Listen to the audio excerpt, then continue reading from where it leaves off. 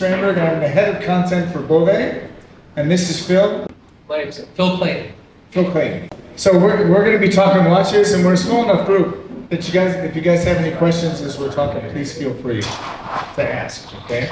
But we're going to talk in general terms about watches and talk a little bit about BOVET as well.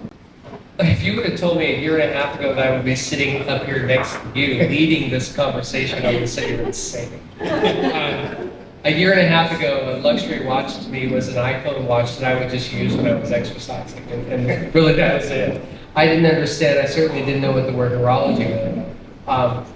But it was something that I never quite understood. I thought they were awkward and uncomfortable, and I never really liked them. And so about a year and a half ago, on my YouTube feed, these watch videos started showing up. And I think it's something that kind of caught on during COVID, when we were all kind of locked up and we were all looking for something to do. And a lot of people had a little extra money, and so hobbies kind of started flourishing. And so either you bought a puppy or you bought a watch. and so that's kind of where I kind of landed. I very excitedly bought a Chinese watch called the Seagull, and it was a $400 brass watch. With what kind of complication would you say was on that? Oh, it was a tribute, I think it was, told me. Yeah. $400, oh my goodness. Yeah, for $400, sure. So anyway, that kind of started this whole interest in watches, and my friend Darby joked, whenever I get into something, I go from 0 to 100 in it. So I went deep and fast, and I've made some mistakes. I bought some watches that I probably paid too much for. I bought 42 millimeter watches and not really understood what that meant. Too big for me. Anyway, so I've stumbled and I've learned what I like, what I don't like. But I think it's a super interesting, fascinating hobby. It makes you fall in love with an engineer immediately when you start breaking things down, like movements. I'm all about aesthetic. And and things that I can't certainly understand, but I certainly appreciate. George and Valerie were kind enough to include me into the launch of this new business that they're going to be doing, where they're going to start selling watches. And George was super excited about this brand that I certainly had never heard of, called BOVET. And so I went to, I guess a soft opening is what I would say it was, where he had a few pieces. And showed them to us, and I was absolutely blown away just by the sheer beauty of these things, much less movement, and I was more excited about the aesthetic. So I'm more on the Valerie side than the George side. And so that's kind of where it began. You've forgotten more than I would ever know about watches, and so I'm interested about a number of things. And we'll have some questions as well as we go along. I'm happy to be here. Oh, great. Well, I'm happy to be here too, and my journey is not dissimilar to yours, although I got into watches quite a bit earlier. My major in college was Chinese language and literature and physical education with a minor in Oriental philosophy. So I speak Chinese fluently. If anybody here speaks Chinese, we can do this all in Chinese. But I was fortunate enough to learn Chinese, and my first career was really making action movies. I was a producer and writer of fight films, action films. My first movie was a Jean-Claude Van Damme film, No Retreat, No Surrender, it's called. And so at the end of every movie that I made, and I made 10 of these low-budget action movies, I bought what I thought was a nice watch. In fact, I started with a Citizen. I bought a Citizen, and then I bought some Seikos, and then I started going up the ladder, like every collector's journey, really. And then, as the low-budget movie industry kind of died, I started transitioning into, I was always a writer, so I was writing the screenplays and then writing articles about other things in the meantime, and I started to specialize in watches. And I met Mr. Raffi, who's the owner of BOVET, when he first launched the modern BOVET. And I became actually a collector of BOVET before I joined the BOVET company. So I bought a BOVET with a Chinese style because BOVET has a very long history in China, and that's what really attracted me to BOVET initially. And then I met Mr. Raffi and understood his passion, and then he asked me to join the house. This was 4 years ago now. to help tell the story of BOVET. So that was sort of how I came through it. And I love all watches, except for Jake's watch. No, Don't put me on the spot. he's wearing one of my favorite brands. I'm a big fan of Hamilton because I lived in Lancaster County for a long time, and Hamilton was founded in Lancaster. He's unfortunately wearing a quartz Hamilton, which I love all watches, but I really prefer mechanical. It's not a field watches. That's right, it's not a field. He's going to buy one though. I showed him what he has to buy if he's going to continue buying Hamilton. So, but I love all watches. I have a soft spot in my heart for BOVET certainly.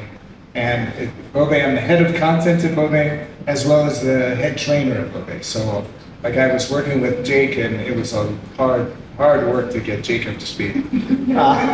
But teaching him about BOVET and teaching how to handle the watches and that sort of thing. So that's sort of how I got into this. And I'm really enjoying working with BOVET, sharing the story of BOVET because Mr. Raffi is coming in October here. He's an amazing guy. He started his watch journey as a collector. And so he looks at everything from a collector's perspective, which is way different than what a lot of companies are doing today. So I'm very pleased to be involved with BOVET. It's a huge honor to have him here in Oklahoma. Just so you know. Yes, that's exactly right. He travels not so often, and so Heather, who's from the BOVET U.S. office, was able to get him here. So thank you, Heather, for getting him here. Okay. So I asked many of you how you got started in collecting, and we were talking earlier about sort of there are three kinds of collectors, I think. The first collectors, as you were when you first started buying inexpensive watches and sort of exploring things. And then you get to the next level, which is kind of the follower collector. The collector that buys what other people have, that buys the watches that other people will recognize as watches that are collectible and say, oh, I know that watch, and you get a relationship like that. And then the third is, I think, where a lot of collectors then graduate to being sort of the leader, the person that will buy something that other people don't know just because they love it. And I think that's to me, that's the highest level of collector. You buy, you don't care what other people think, you just buy what you like. That's how I counsel collectors, is to buy it based on what you love, not buy it based on what it's going to be worth 10 years from now, because nobody knows what anything's going to be worth 10 years from now.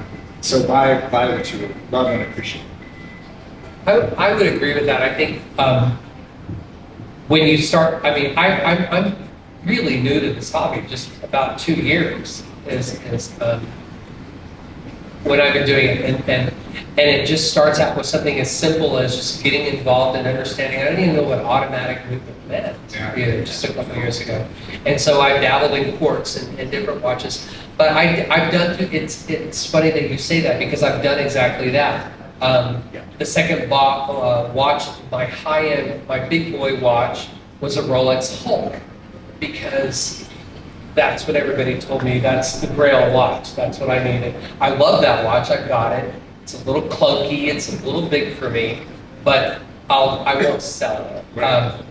And so, so when you kind of get to this next level, because it's funny, because I'll talk to people that are watch collectors, the Daytona collectors, those people.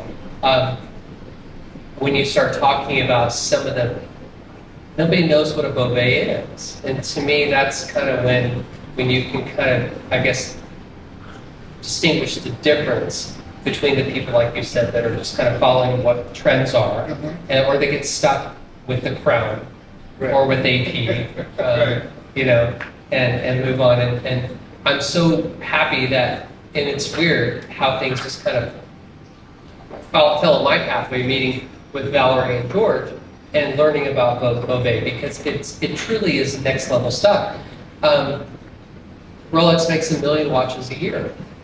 Audemars Piguet does about 50,000, and BOVET does 1,000 watches or less a year. So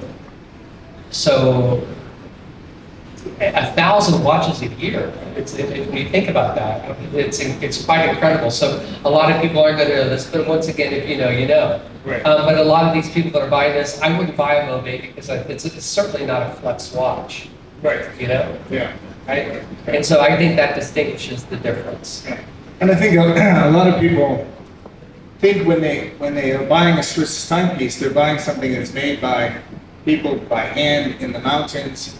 But when you think about Rolex and a million watches a year, it's not being made like that. But BOVETs are being made like that by people with their hands on the timepiece. We make more than 95% of everything that goes into our watch. You know, for example, there's in one of our watches, a tourbillon.